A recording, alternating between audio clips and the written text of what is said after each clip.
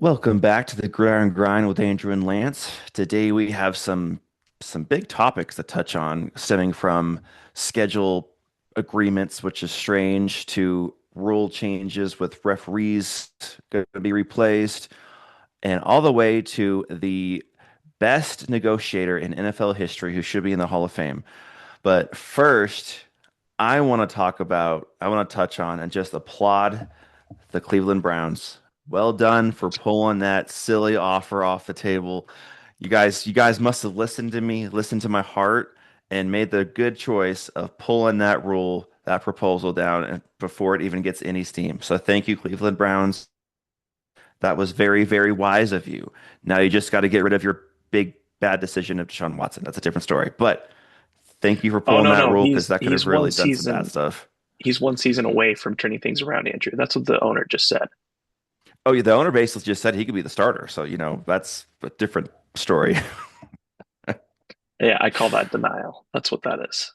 Well, I mean, if you just look at black and white on their roster, he kind of has a point because right now they have nobody. Dylan Gabriel and Shadur Sanders, Shador Deshaun Sanders, Watson. Pro Bowler from last year. Is that who you're talking about? Oh, yeah, yeah, yeah, yeah, yeah. That one. Yeah. Yeah, yeah, that one. I mean, I would say Deshaun Watson has a great chance to beat those two out if they don't address it anywhere further because no one wants to go to Cleveland.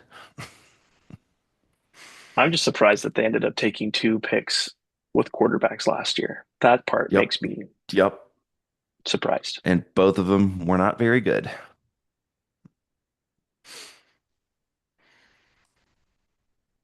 Yeah. Sorry, I just was reading something about Kirk later, so I'll mention that in just a second. But Yes.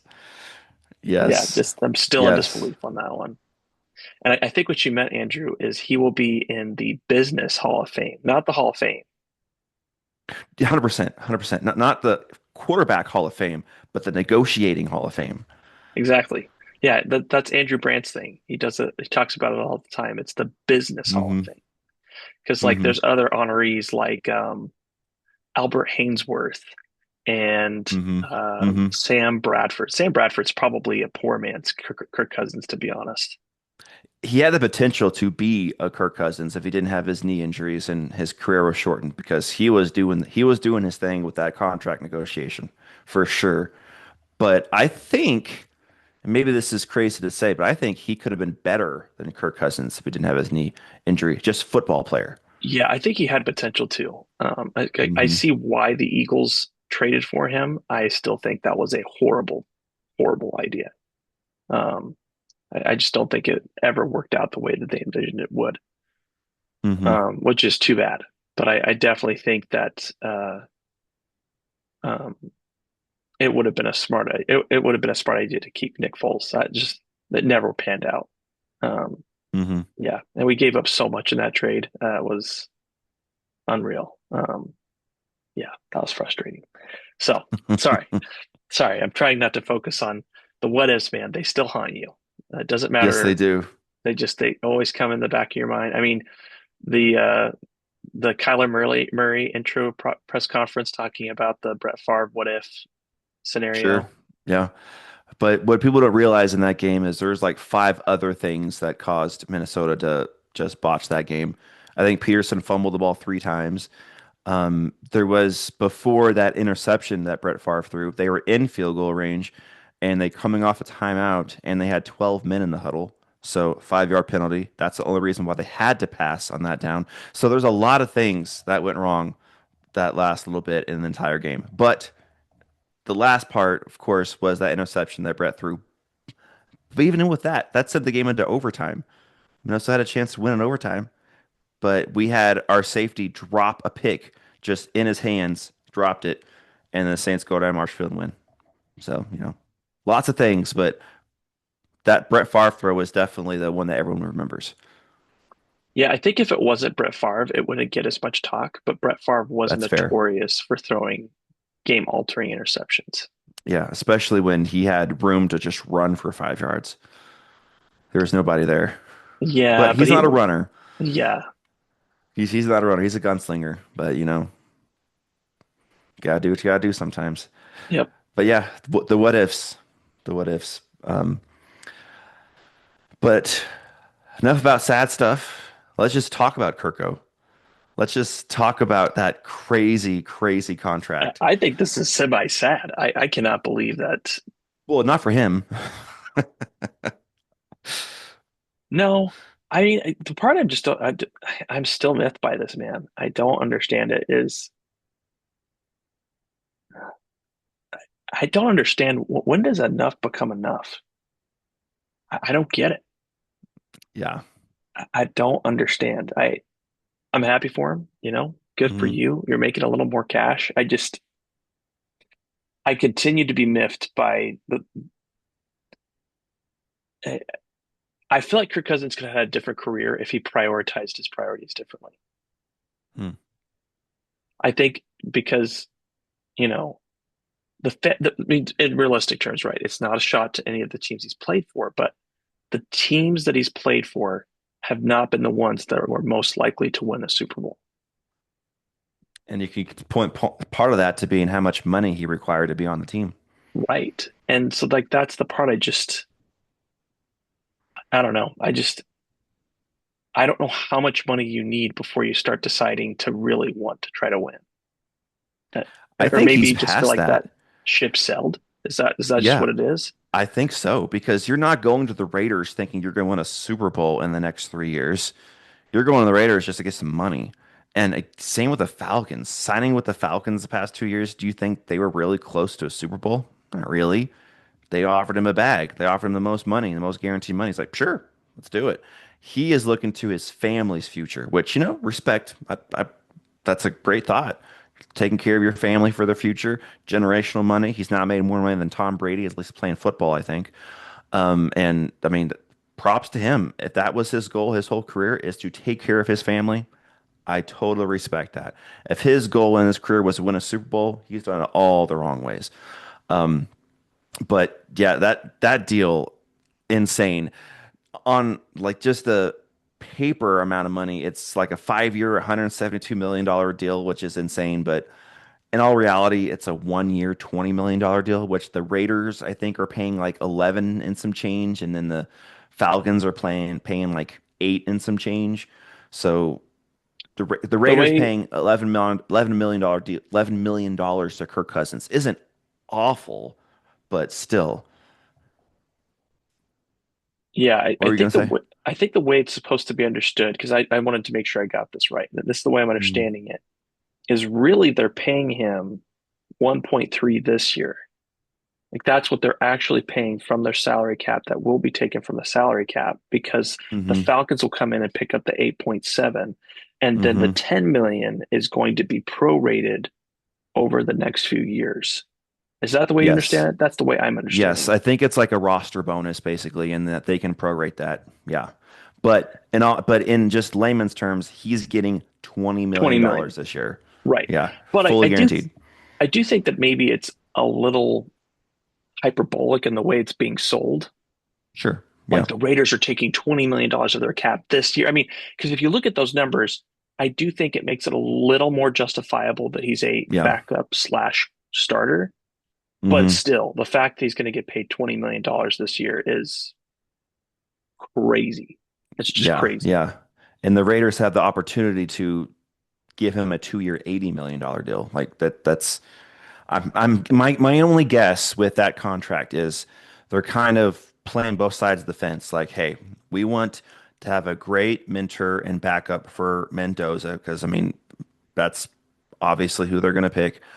But also at the same time, if Mendoza ends up being a bust, which everyone's been sure on thousands of quarterbacks in the NFL, and just a handful have been true. And I'm not saying Mendoza's going to be a bust. I'm not going there, but maybe they're just trying to hedge themselves, saying, "Hey, if for some whatever reason Mendoza doesn't work out, at least we have a known in Kirk Cousins for the next 2 years, if we want to allow that, and we can um, go down that route with this contract. We can just turn that lever and say, all right, Kirk, you're the starter for the next 2 years while we look at the quarterback position again if Mendoza's not it. Now, I'm not saying Mendoza's not going to be it. I think he's going to be great. I think he's got all the tools and the great leadership ability, and he's kind of like a younger Kirk Cousins, maybe with a little bit stronger arm. But that's the only way I could think that they're thinking of this contract with the possible 2 years, $80 million extra. So they're saying this contract could be paying him when he's 40.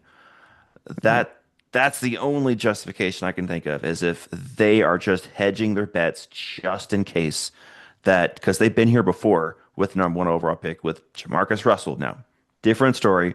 He had a lot of issues like maturity wise, but they've been there before. Number one overall pick was complete bust. So maybe they're just trying to semi hedge. That's the only way I can think of to justify 2 years, $80 million for your backup quarterback. Yeah, I don't know. It's interesting. We'll see how it plays out. I mean, it's not a bad move Hmm. on the Raiders' part. You For know, this year, for sure. Yeah. and it's not. Yeah, I mean, there's some things that are definitely deceiving in the way that this was announced. Um, Oh, that always is.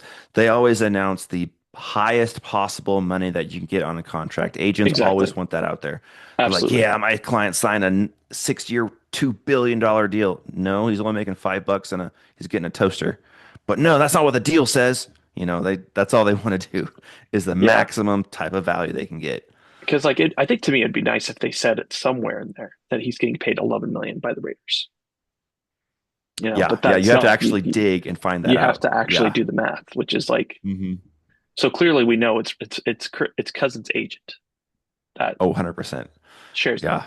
But Well, it's probably Cousins telling his agent to say that.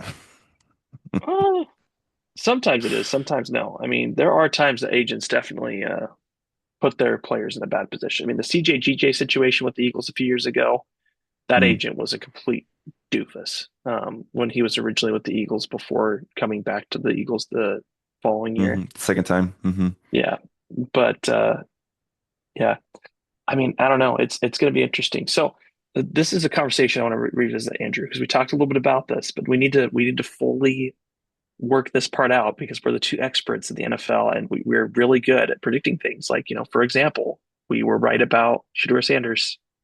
We Mm, we hmm. we pounded the pulpit. We said it was a bad idea. Um, we were right about the strategy that the Giants took with Jackson Dart. We thought that he was going to be Hmm. selected in the first round and showed potential. I'm not going to say he's going to be a for sure thing because of the injury Right. scares, but he has Hmm. potential. So we're going to put on our GM caps again Okay. and let's look at the draft. You're a fan of next year's draft. We know this. We've talked about this. Hmm. Hmm. Do the Raiders take Mendoza or do they pivot to next year? Or third option, is this to give them flexibility to maybe trade because they're not loving what they're seeing from Mendoza? So, yeah, so this is stemming from a what if scenario I put in our chat, and I honestly didn't expect so much like response. I was just kind of having fun. I was like, oh, snap. This is really getting debateful here.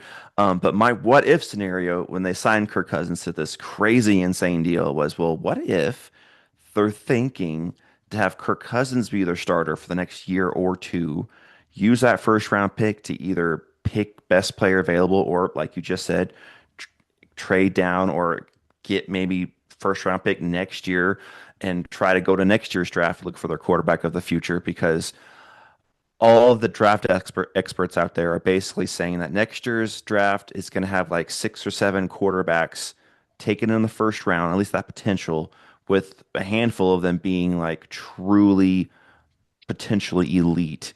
And that if Mendoza was in next year's class, he'd be probably quarterback 3 or 4 in that range. And I'm don't know all the names off the top of my head of the guys being drafted, but that's what all the experts are saying. And even with that, I was looking at ESPN today, and one of their draft guys was basically he was given first round draft get grades for every player in each class, and in 2024 he had 18 guys on his first round draft grade class. 2023 had 20. This year he only has 12 first round grades as far as draftable players this year's draft. There's 32 players getting drafted in the first round. He only has 12 true first round grades. That's just what everyone's saying that this draft is a little bit lower on the like blue chip superstar players. It's really deep in the second and third rounds, but next year's draft is potentially going to be like one of the better ones in a long time, especially at certain positions like quarterback and wide receiver. So that was what my what if scenario was, is what if they didn't draft a quarterback this year? But if you're asking me to put my GM hat on, you can't pass up drafting a quarterback with the first pick because you don't know if you're ever going to get that again. They have the first overall pick. It is extremely valuable. So really the only two options they have is draft what everyone's expecting as a close to sure thing as Mendoza to be. I don't think he has the potential to be like a superstar, like a Joe Burrow or a Tom Brady, but can he be like a Jared Goff? Very possible. A really good quarterback that can start for your team for a decade. That's where he's at, his potential. I don't think he's going to be the elite, like the Patrick Mahomes, Joe Burrow, those guys. But can he be in that tier with like the Jordan Loves, with the Jared Goffs, those kinds of guys? Absolutely. He could be in that realm in like 2 or 3 years, probably. So either A, you have the first overall pick, don't mess around, try and get your guy for the future. Or B, the only other option is to trade that to a desperate team like the Jets, even though they have the second pick, but they'll probably give you something crazy high if you ask, and then try to get a quarterback in next year's draft. But again, you could have a decent season this year accidentally with Kirk Cousins. You can win like 9 games. I wouldn't guess that would happen, but you could. And if you win like 9 games, your draft pick is going to be pick 17, 16. Mhm. And then at that point, you're not going to be able to have a great quarterback option unless you trade a lot of capital and trade up. So the safest route and the most sure thing is to go get your guy, get Mendoza, get a quarterback that you know can start for your team for the next 10 years. So that's what I would say. But this is all stemming from that scenario that I was just trying to have fun, and then it got some debate back and forth. I was like, oh, okay, I like this. I didn't mean for this, but let's go. So that's what I would say. My GM hat, I don't think I'd be able to pass up drafting Mendoza with one because next year you don't know where you're going to land in the draft. You could be five. All right, awesome. I'll get a quarterback. But you could accidentally win some games because you have a new head coach, new culture, Mhm. probably better quarterback play than last year, even with Kirk Cousins. So you're probably winning 8 or 9 games and you're drafting 15, 16, and you might not get a quarterback at that rate because quarterbacks might go 1 through 6. So yeah, don't mess around. Just go get your guy. I like how you say accidentally win. I'd love to hear a coach say that at a press conference. Well, we accidentally, I mean, we delivered a great win today, like I something like mean, that. Hot that's Mike mistake. exactly what that Giants and Raiders game was last year. Both Oh my teams wanted to gosh. lose, I but the mean, Giants accidentally won. if you're both intentionally trying to lose, you can't accidentally win. I guess you could, but it's like very unlikely. Hmm. Yeah, it's funny, man. I don't know. It's goofy the way things work out, but Hmm. yeah. I you by the way took a little bit of my thunder because I was the one that was really harping on this before about like you don't know what you're going to have next year. But the one thing I want to talk about, and I have mentioned this before, but I think it's important, is to our viewers, if you are a viewer, thank you for being a viewer, Yes, we is appreciate you. um, don't buy into the analyst discussion about how next year is the year. I get so tired of hearing that because I feel like it comes up again and again and again and again. The bottom line is if you were, for example, buying a car, next year's car is for some reason always going to sound better than this year's car. And so you could keep talking to yourself, well, I guess I have to wait. Maybe there's this new charging feature. Maybe there's this new battery feature for the car. Maybe there's this new, button feature. Whatever it is, there's going to be some feature that supposedly that the next year model is going to be better. But the bottom line is that's not factoring in your current situation. Did your car just break down? Are you having transmission problems? What's up with the engine? Is there something else going on? Has the car just been faulty? Have you had tire issues? Like none of those are being factored into the equation of should you look to next year. So when I hear these analysts saying, oh, next year will be the year, Well, that's not factoring in any of these important factors, such as one, Garrett Nussmeier, who's a quarterback in the draft this year. I remember this. And last year, during 2025, the discussion was that Garrett Nussmeier was a lock to be one of the top 10 picks in the 2026 NFL draft. Well, guess what? He had a dud of a head coach that delivered a dud of an offense, and things blew up in the middle of the year. And he did struggle. I'm not saying he did perfect, but I think he was the victim to a terrible coaching setup. And it really hurt his draft stock. I'm surprised he's actually, because I don't think is Nussmeier senior. I don't think he was. Can't read I'm it. not sure. I don't remember. Oh no, he was a senior. I thought he was a redshirt or junior. But the bottom line is he got hamstrung by bad coaching. So now he's not even a first round pick at this point for most people. But I think he could Hmm. have been a first round pick. So all that to say, you look at next year, right? And here's some quarterbacks that are being thrown out there. Arch Manning, I Sure. don't Yeah. know. He's the one. Yeah. Is he really going to be? There were some low parts for Arch Manning last year. He Um, struggled to begin the year, but then he really took off about midseason. I hear you. It's just that beginning potential is always there. Like you have to factor that. Like for example, right? Like one thing I'd say different about Mendoza versus Manning, I never felt like there was a low point for Mendoza. They just rolled the entire season, which makes it harder as an analyst because it's like, okay, I mean, I guess we could go to the tape from the year before, but that's a different school, different offense, different coach.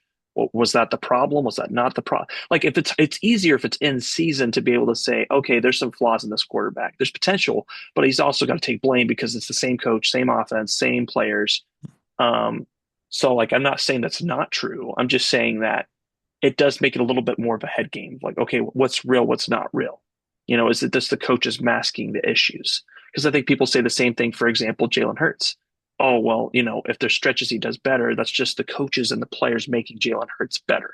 So it does make it tough to know like how much credit do you give. I do think Archie Manning could be a great quarterback. Dante Moore is probably the one I'm more high on right now. I think Dante Yeah. Moore Yeah. could have been a first round pick this year. In fact, I'm surprised he He would have stayed, but been. Yeah. Yeah. the only reason why maybe he wouldn't have was that ending was rough. And that's probably why he stayed. He definitely struggled. The quarterback I'm actually really interested in that I think deserves way more credit is Trinidad Chambliss from Ole Miss. Yes. Yes. And That is my red star. Like go yep. after him if you need a quarterback. I love the Yep. intangibles. I love the way he Hmm. leads. I love the way he throws. I think he's a great runner. So all You're that kind to of making my point for me right now because you just said three quarterbacks that were probably going to be drafted higher But than Mendoza no, if Mendoza was no, next year. hold on. Each one of these quarterbacks we just talked about had issues last year.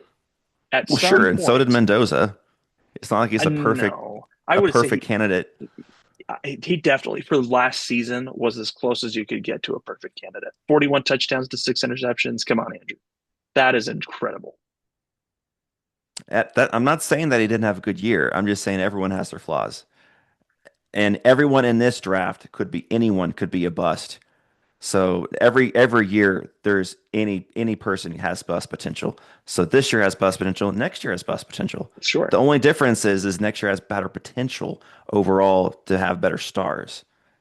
That's the difference, it's a deeper class. That's fine. I can especially get top there. heavy. I can get there with you on that. I do think we probably see quarterbacks like Garrett Nussmeier different. I honestly don't hate Carson Mm-hmm. Beck. I feel like Carson Beck gets way more hate than he should. Mm-hmm. Mm-hmm. Um, I think he probably has a Jared Goff. That to me is your Jared Goff quarterback in this draft. Okay. Is good enough, starts, doesn't do anything spectacular, but carries the offense enough to just be competent. Can Mm-hmm. carry out the game plan that you put in front of him. I I really feel like um, if Mendoza was not at Indiana, they're not national champions. I mean, you could say that about a lot of teams with their quarterback, but yes. Well, I mean, and I guess maybe you could say the same thing for Carson Beck. I feel like that one's a little different because like they lucked into getting into the playoff. Like it was that close. They were razor thin getting in, and Mm-hmm. then awesome to see them go on the run. But um, I think we're probably different spots. I think I'm higher on Mendoza, right? Let's be honest. And I'm not saying I'm low on Mendoza. I'm just saying next year has potential to be much better quarterbacks than this year's class. That's all I'm saying. And Mhm. I compared Mendoza to Jared Goff, who was the first overall pick in his class. He's been in this league for a long time, made it to a Super Bowl. He's won a lot of games, and he is a really good quarterback. And I mean, my opinion, he's the best quarterback in the NFC North right now. Did that hurt? Not not really, because and I'm not saying he's like miles ahead of everybody else, but I would take him over Caleb Williams. I would probably take him over Love, even though that's close. And I don't know the quarterback position for Minnesota right now.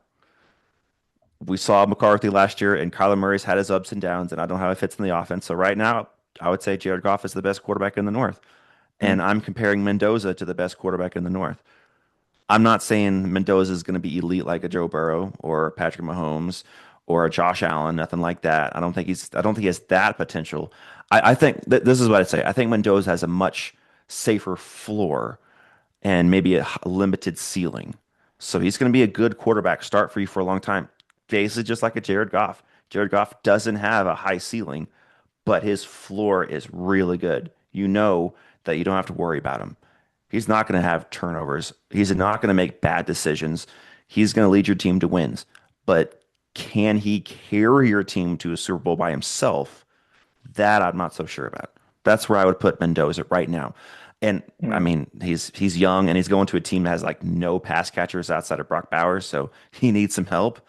He might struggle his first year, and I mean, he might not even play his first year. They might say, "Kirk, you go out there, you go in front of that offensive line, you get destroyed, and then we're gonna let Mendoza learn on the background, and then we're gonna draft really well, and he's gonna be our guy next year." That could be what they're doing.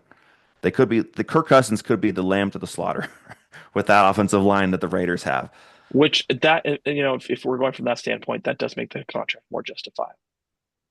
Right, right, Which I think factoring that in, that does give maybe a different perspective on the Kirk Cousins contract that I wasn't bringing into appreciation. yeah. But if he does feel like this is going to be tolling on his body, then he might be like, guys, if I'm going to do this, it has to be worth it.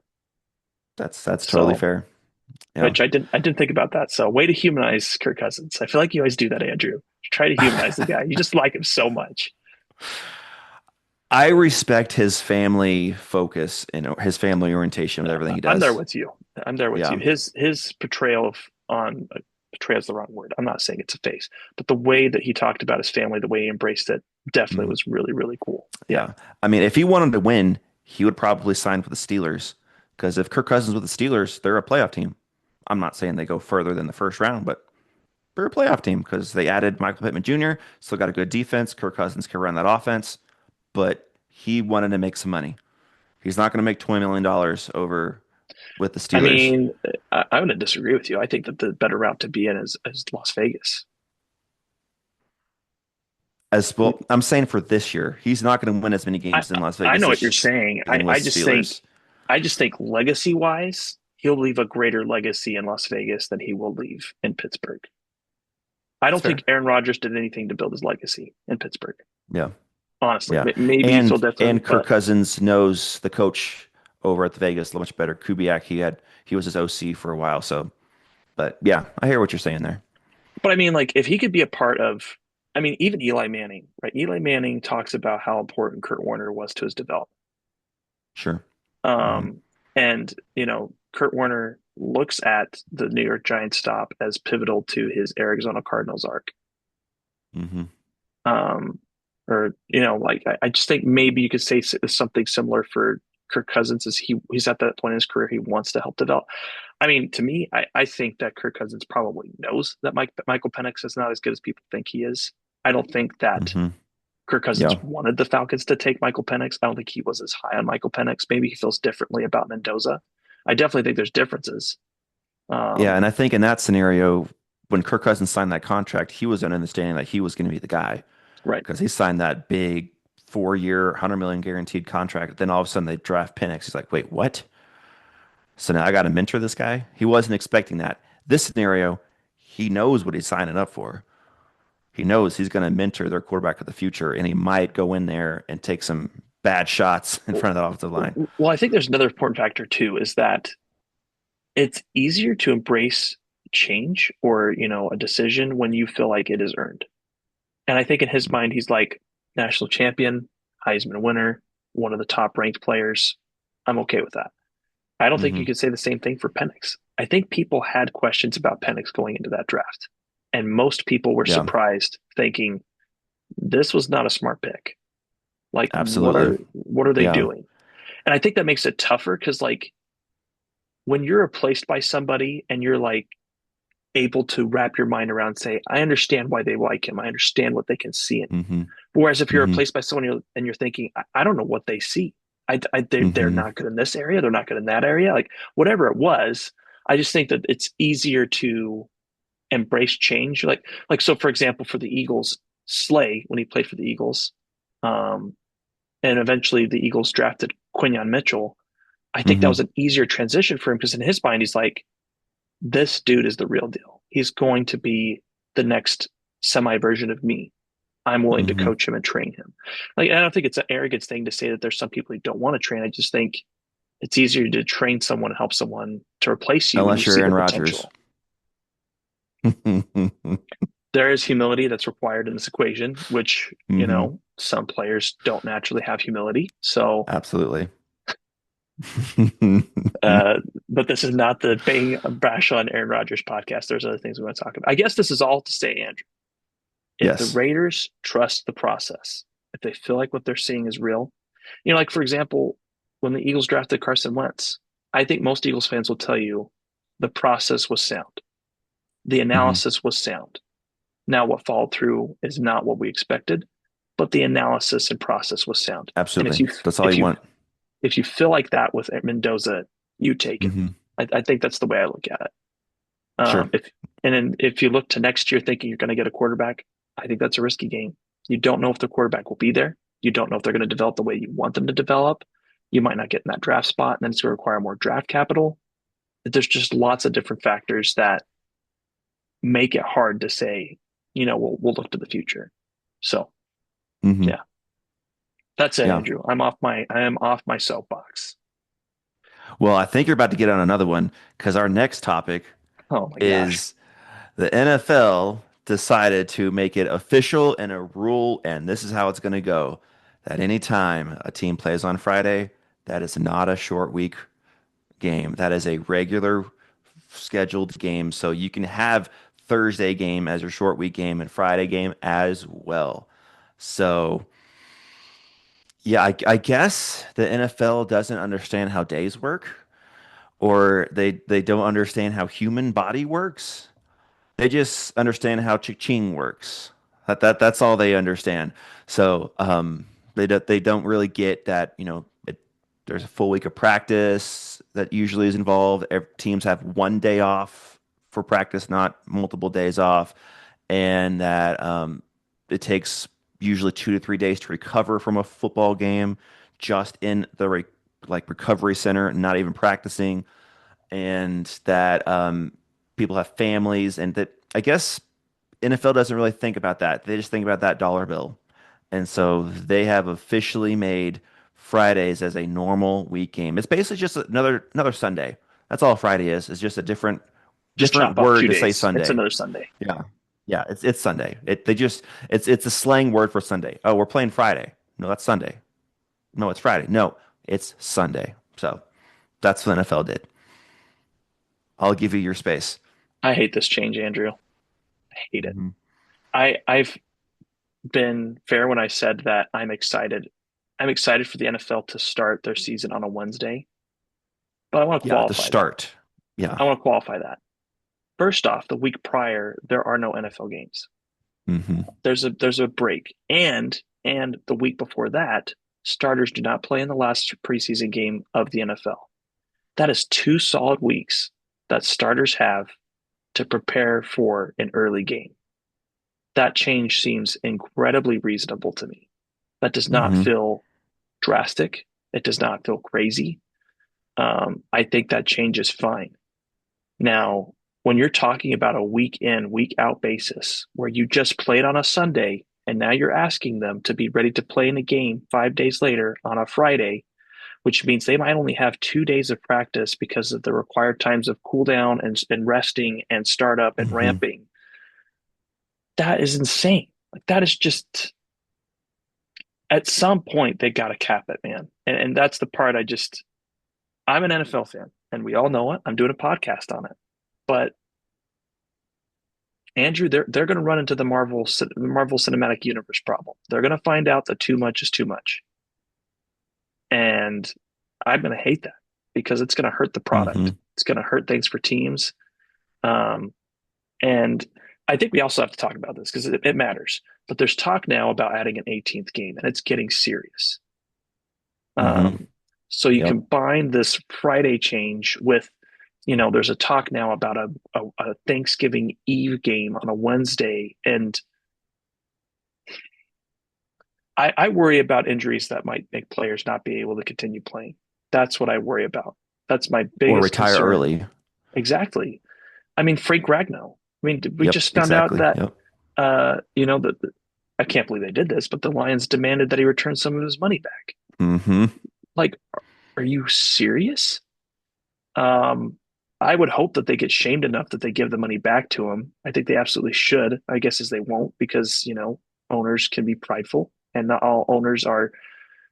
There are good owners and there are bad owners. And I would not say that the Lions are exhibiting a great ownership quality by doing that.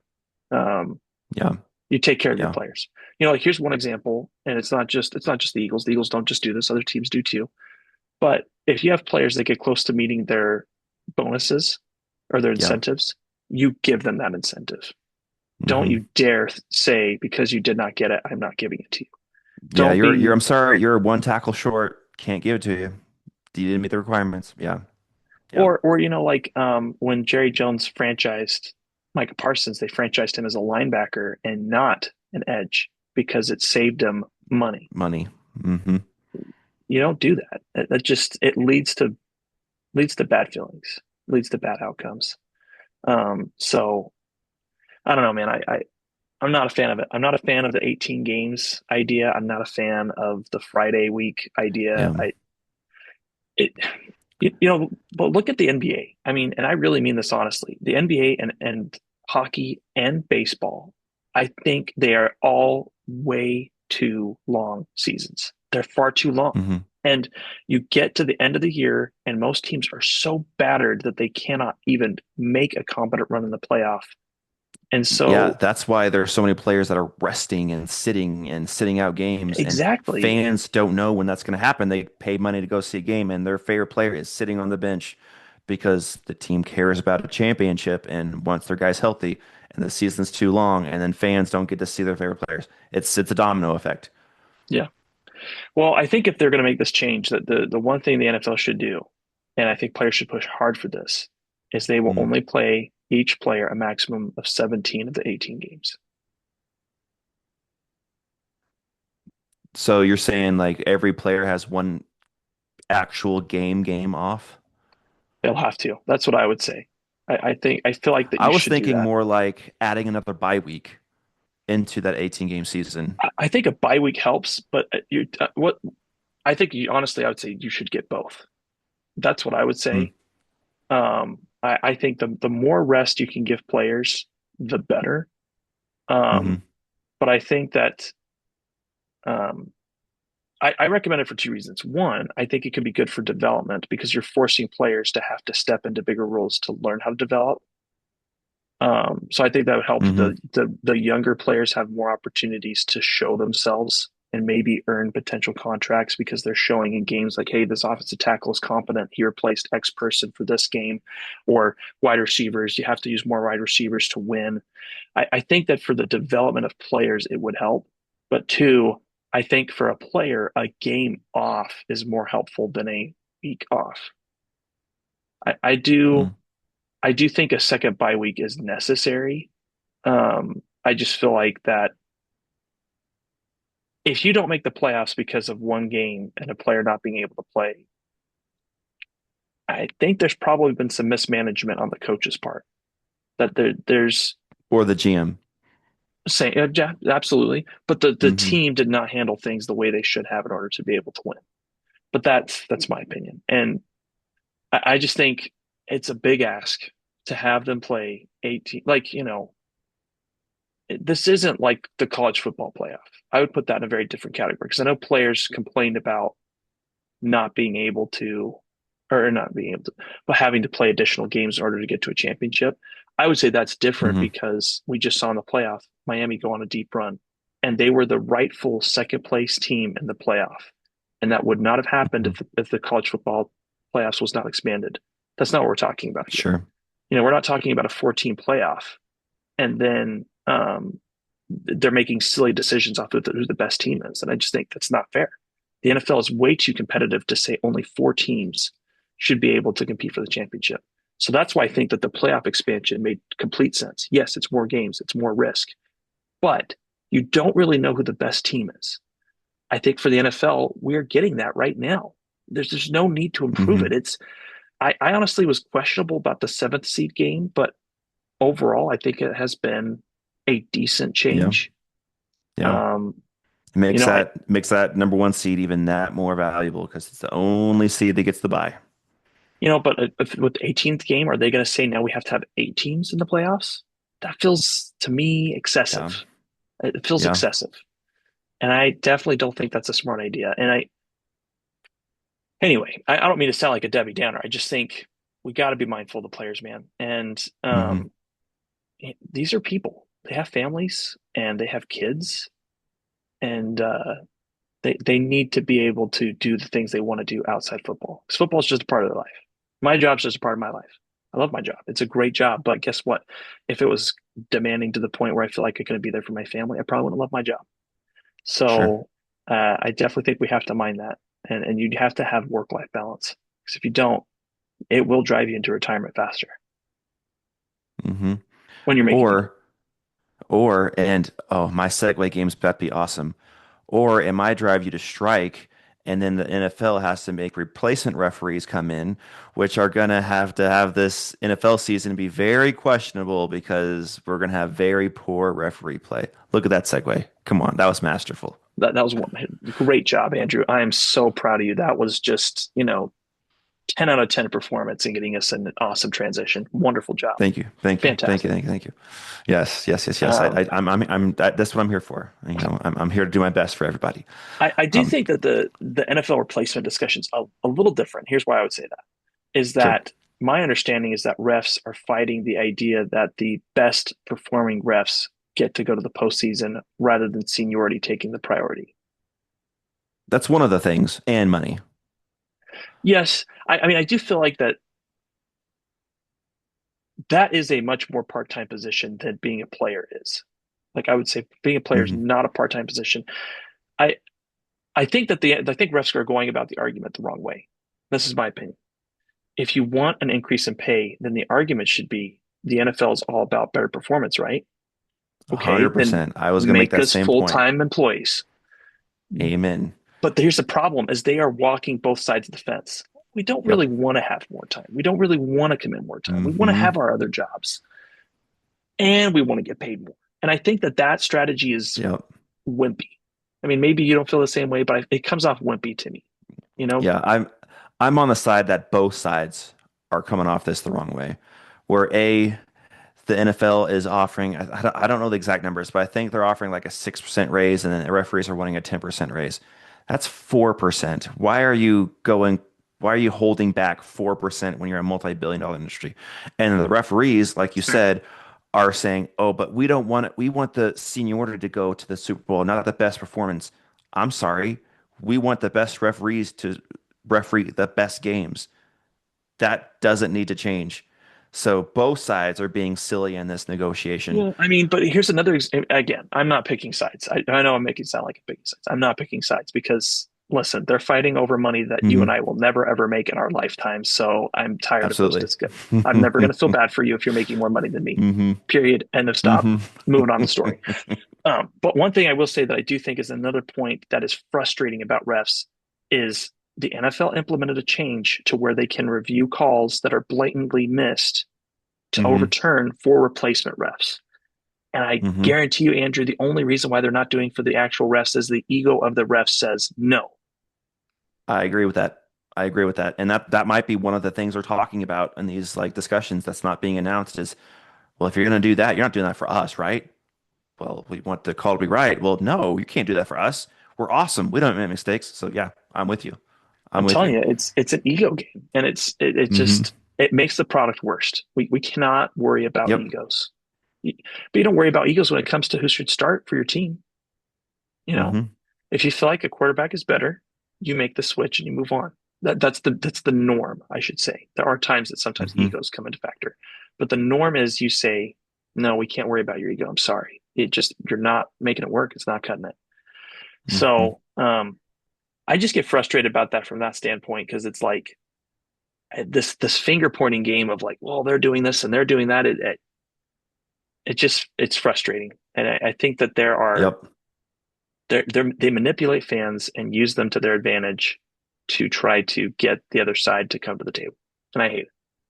Yep. So It almost always comes down to one thing. There are other things that they're talking about that we touched on, but it always comes down to money. Always I mean, that's always the main thing. it is true though, right? Every one of us is trying to make enough money to Yep. take care of our families, right? And Hmm. for some people, the definition of taking care of your family is very different from others. Most people in Hmm. life, it's making 100,000 the dream. That's the that's the goal. And if you can get to there, it's like, wow, we made it. But for these people, they're talking about way bigger figures, and Hmm. you know they can earn it, and I understand it. And you're trying to get maximize your benefits. I just think sometimes as humans, we forget how good we have things, especially as Hmm. Americans. As Americans, we forget how good we have things. Um, 100%. Man, I don't even need to jump down that rabbit hole, but living in a country for a couple of years, or for a couple of different years, um, very eye-opening. Our definition of success is so different here, and Yeah. we are all blessed for it. Yeah. Yeah. And some people have their eyes open to go into rehab, like Puka Nakua. Look at me go. Look at me go.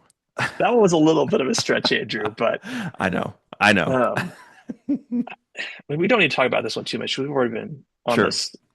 By the way, great podcast. Well done by you. Well done by me. I think we've covered great We're killing topics. it. Yeah, We're we're killing just it. doing it. We're doing Yeah. amazing. I feel like this is getting swept under the rug, Andrew. And Mm-hmm. I know we were wrong on the Matt Stafford thing. We felt like that was kind of getting swept under the rug. Yeah. And Yeah. His elbow thing. Yep. And look how well he played. maybe they put something extra in that elbow. Yeah. Oh no, it was his back. Never mind. It was his Or back. sorry, excuse me, his back. Yeah. You're right. It was his Yeah. back. Well, Yeah. It maybe was they his put something back. extra in the back. I don't know. Yeah, they gave him some like this is what they did. They watched Space Jam. They say, "Oh, we got to get MJ special stuff that water bottle." So they called up Michael and said, "Hey, can we get one of those?" And so Matthew Stafford just drank Michael Jordan special stuff. That's what happened. Maybe. Um, I am legitimately worried about Nakua, man. Not just from a football standpoint, but personal standpoint. It seems like he Yes, is person, yeah. softly spiraling, and it sucks. It really Hmm. sucks. And Nakua was an amazing player at BYU. I watched him. He was awesome, and he's got so much potential. But it's tough though. How Let me tie this back to the 18 games discussion because I think it matters. Mm. Players are already spiraling and making bad choices. I think giving them more intense schedules and more intense, um, I want to say intense is the right word on the second part, shortened time frames between games is going to lead to worse decisions. I think that there's definitely a correlation between that because the pressure of playing in the NFL is intense. Hmm. And um, I hope not, man. I really do. I just think that the NFL's made some bad decisions. I think professional sports in general have made some bad decisions. Gambling has been one of them. I think that Mm. that has been a notoriously bad decision that is really putting sports or professional sports in a hard spot as players are literally being arrested for participating in illegal activity. And it's because excessive gains put them in a position to maybe think we can slack off this game. We can point shave this game.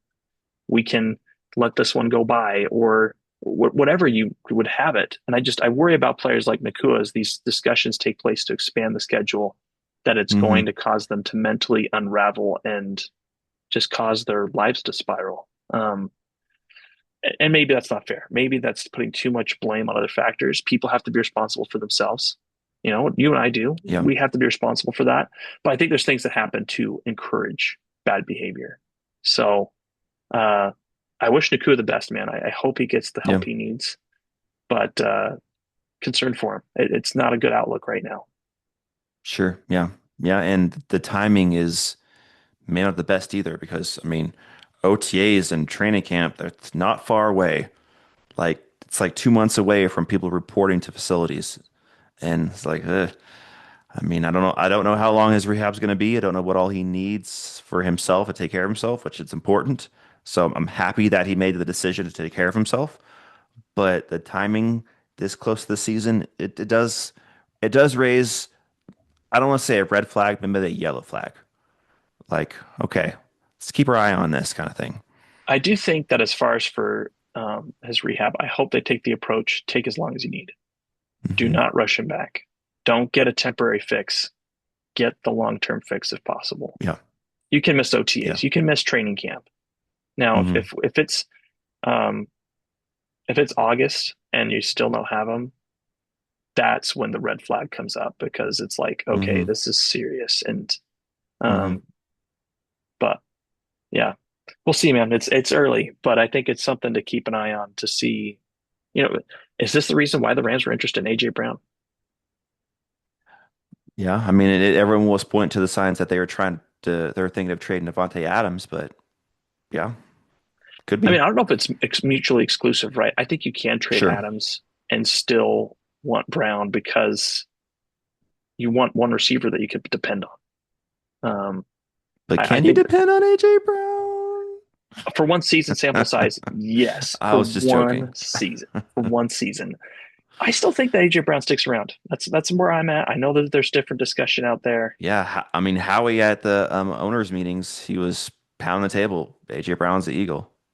Now, of course, technically right now he is. So he was just stating a fact, but kind of seemed like he was saying, no, we're not going to trade him. And it could have been because he's not getting the offers he wants. And he's like, no, if you want him, you got to send me a bag. But yeah, I'm kind of with you. It's the only one or two things, and we can touch on this on our other episode. But only one or two things are going to happen with AJ Brown. He stays with the Eagles this year, or someone offers a bag and they trade him post June 1st. Those are the only two options. Definitely, definitely. Well, I think that's it for me, man. That's all I had to cover as far as for NFL news. Anything else you wanted to cover? I don't think so. I think we touched on it really well. Yeah, the draft is 3 weeks away. I'm super excited for that. We'll have to do some mock drafting at some point, but yeah, I Yes. don't think I have anything else right now to touch on. Okay. All righty, man. Well, that's it for me. This was good. Glad we had a Yeah, chance to chat and catch up on absolutely. the news that never stops. It never stops. NFL is a year-long thing. They play games for about 5 months, but it's a year-long thing. Yep. Yep. Well, thank you so much, everybody, for joining us in this episode of the Gridiron Grind with Andrew and Lance. Be sure to like, subscribe, and comment, and we will see you next time. We'll see everybody.